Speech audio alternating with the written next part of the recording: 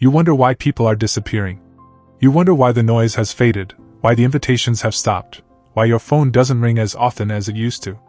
At first, it feels like rejection, like punishment, like abandonment. But what if I told you, it's not rejection at all? What if the silence surrounding you is not a curse, but a blessing? What if your isolation is not an accident, but divine surgery? God has a way of removing distractions when He wants to speak to you. And He doesn't whisper in crowded rooms. He doesn't compete with endless chatter. Instead, He pulls you out. Away from the crowd. Away from the chaos. He sets you apart, not because you're forgotten, but because you're chosen. You see, the separation feels like loss, but in truth it's preparation. The very things you're crying over, the friends that drifted, the relationships that ended, the opportunities that slipped away, were all necessary subtractions so you could finally encounter the fullness of what He wants to give you. Think about it. Every prophet, every leader, every soul who ever touched eternity was first pulled into the wilderness. Moses, alone on the mountain.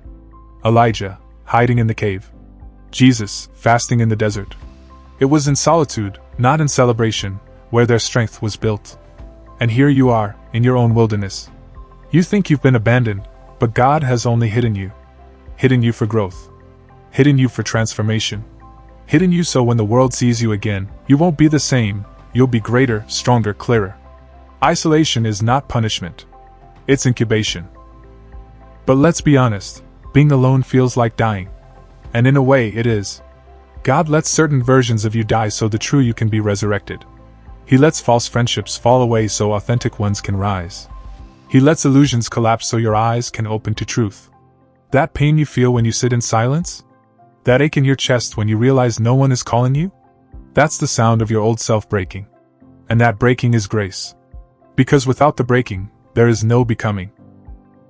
And here's the paradox. The very moment you stop fighting the isolation, when you embrace it, something shifts. You begin to hear your own soul again. You begin to see the fingerprints of God on your life in ways you couldn't before.